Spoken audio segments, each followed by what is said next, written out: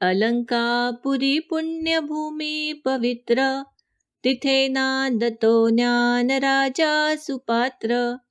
तया आठविता महापुण्य राशी, नमस्कार माझा श्री सद्गुरु ज्ञानेश्वरासी. जय जय राम कृष्ण हरी. हरिपाठ श्लोक 12.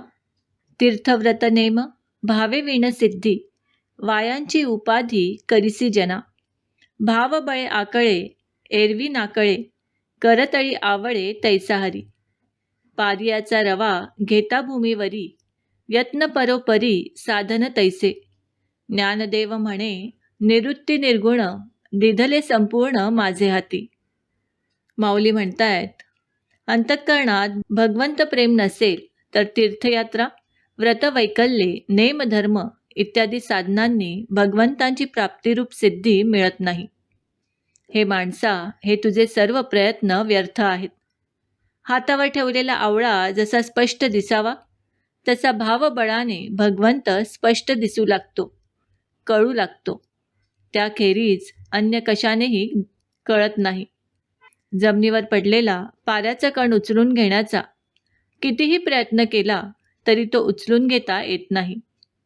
त्याप्रमाणे शुद्ध भावा वाचून केलेल्या साधनांनी भगवंतांचे आकलन होत नाही. श्री ज्ञानदेव महाराज म्हणतात, श्री निवृत्तीनाथ हे मायागुण रहित असून त्यांनी या निर्गुण ज्ञानाचे संपूर्ण रहस्य माझ्या हाती सोपविले.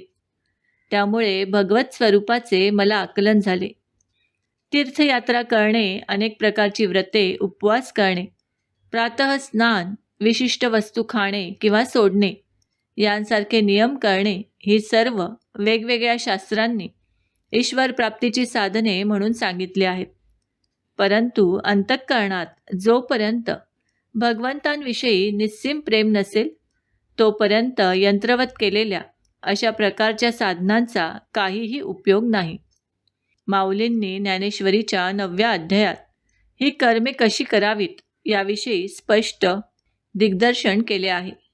माऊली म्हणतात, अर्जुना, तू जी जी कामे करशील, जे जे भोग भोगशील, नाना यज्ञ याग करशील, सत्पात्री दान देशील, सेवकांना वेतन देशील, नाना प्रकारची तपादी व्रते साधने करशील, त्या सर्व क्रिया ज्या रीतीने जशा होतील तशा माझ्या प्रित्यर्थ माझे ध्यान ठेवून करीत जा. पण मनात मी अमुक केले अशी कर्तृत्वाभिमाची जराही आठवण येणार नाही, अशा रीतीने स्वच्छ धुवून ती कर्मे मला अर्पण कर. व्यवहारात आपण पाहतोच की प्रत्येक कर्माच्या मागे मी केले हे असतेच. मी अमुक तीर्थयात्रा केल्या, इतक्या देणग्या दिल्या, इतके नोकरचाकर मी पोचतो इत्यादी स्वरूपाची वाक्ये हर घडी आपण ऐकतो, बोलतो. ज्याला संसार चक्रातच जन्मोजन्म राहायचे असेल त्याला हा भाव ठीक आहे. पण ज्याला भगवंतांजवळ जायचे आहे त्याने माऊलींचे म्हणणे ध्यानात घेऊन त्यानुसार वागण्याचा प्रयत्न केला पाहिजे. कारण कर्तृत्व, भोक्तृत्व हीच जीवाची उपाधी आहे. तीर्थयात्रादी साधनात हा कर्तृभाव सोडून देता आला आणि सर्व काही भगवंत प्रित्यर्थ त्यांच्या आज्ञेनेच आहे हा भाव ठेवता आला तरच परमार्थात त्यांचा उपयोग होतो. कर्तृत्व नसेल तर भोक्तृत्वही नाही, भोक्तृत्व नसेल तर पुनर्जन्म नाही. संसार सागरातून पार होण्याची ही युक्ती आहे. श्रीहरीची प्राप्ती हे कर्माचे फळ नव्हे, कारण कर्म नाशिवंत असल्यामुळे त्याचे फळही नाशिवंत असते आणि भगवंत तर नित्य आहेत, म्हणून त्यांच्या प्राप्तीचे साधनही नित्यच असले पाहिजे. भगवंता वाचून दुसरी नित्य वस्तूच नसल्याने त्यांच्या प्राप्तीचे साधन स्वतः तेच, अर्थात त्यांचेच सगुण नामरूप हे आहे. हा भाव मनात ठेवून त्यांच्या बळाने म्हणजेच दृढ विश्वासाने नामस्मरण केल्यास हातातील आवळा जितक्या स्पष्टपणे आपल्याला कळतो तितक्याच स्पष्टपणे भगवंत आपल्याला कळू लागतात. दृढ श्रद्धेने मन निशंक होते व निस्सीम प्रेमाने केलेल्या नामस्मरणाने चित्त भगवदाकार होते. याविषयी तुकाराम महाराज म्हणतात, कळे न कळे ज्या धर्म, ऐका सांगतो रे वर्म. माझ्या विठोबाचे नाम अट्टाहासे उच्चारा. तो या दाखविला वाटा, जया पाहिजे त्या नीटा. कृपावंत मोठा, पाहिजे तो कळवळा. तुका म्हणे मोल, न लगे द्यावे वेचा बोल. विठ्ठल विठ्ठल ऐसा छंद मनासी. वास्तविक पाहता आवळ्याची उपमाही अपुरीच आहे. कारण अंतःकरणाला आवळ्याचे ज्ञान होते खरे, पण अंतःकरणाहून आवळा वेगळा राहतो. आणि भगवंतांचे चित्ताला जेव्हा ज्ञान होते, तेव्हा चित्तच भगवत स्वरूप होते.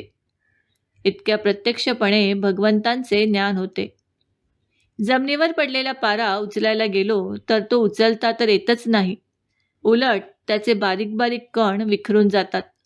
म्हणजेच हे सारे प्रयत्न व्यर्थ होतात.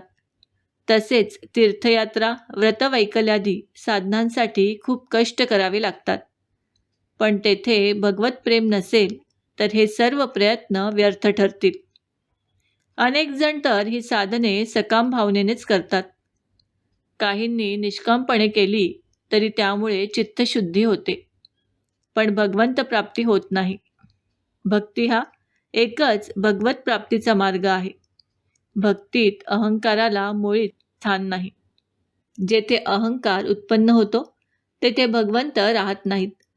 रासलीलेच्या प्रसंगी गोपींना अहंकार उत्पन्न झाला, तेव्हा ते तात्काळ अंतर्धान पावले. जेव्हा अहंकार वितळला तेव्हा पुन्हा प्रकट झाले.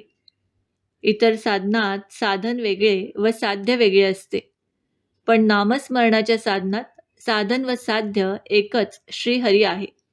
बीज आणि फळ हरीचे नाम असे श्री तुकाराम महाराज म्हणतात, ते याच अर्थाने.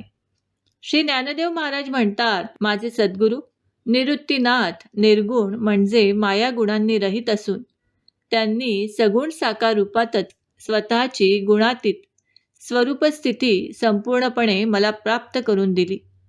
सद्गुरू हे सत्शिष्याला आपणासारिखे करीती तात्काळ, नाही काळ वेळ तया लागी.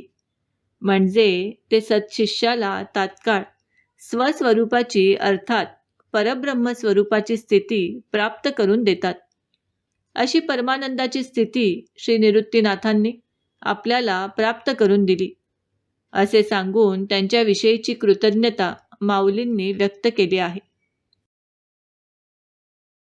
मित्रांनो, आम्ही अपेक्षा करतो की आम्ही सांगितलेल्या माहितीचा तुम्हाला सर्वतोपरी लाभ होईल.